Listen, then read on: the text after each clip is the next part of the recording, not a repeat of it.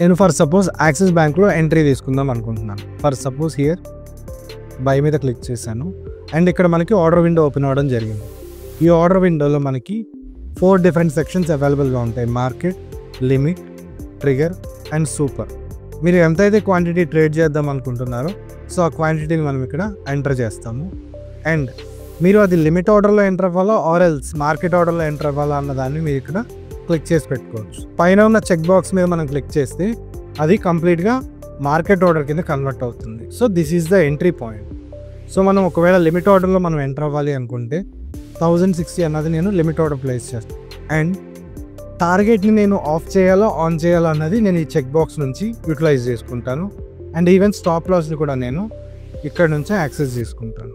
నేను ఒకవేళ ఈ ట్రేడ్లో 1060లో ఎంటర్ అయ్యి 1019 నేను టార్గెట్గా పెట్టుకొని 1050గా నేను స్టాప్ లాస్ని ప్లేస్ చేద్దాం అనుకున్నాను. అండ్ మీరు ఇక్కడ గమనించినట్లయితే ట్రయల్ జంప్ అన్న ఒక ఫీచర్ మనకి ఇక్కడ అవైలబుల్గా ఉంది. Trial jump. Investments in the securities market are subject to market risk. Read all the related documents carefully before investing.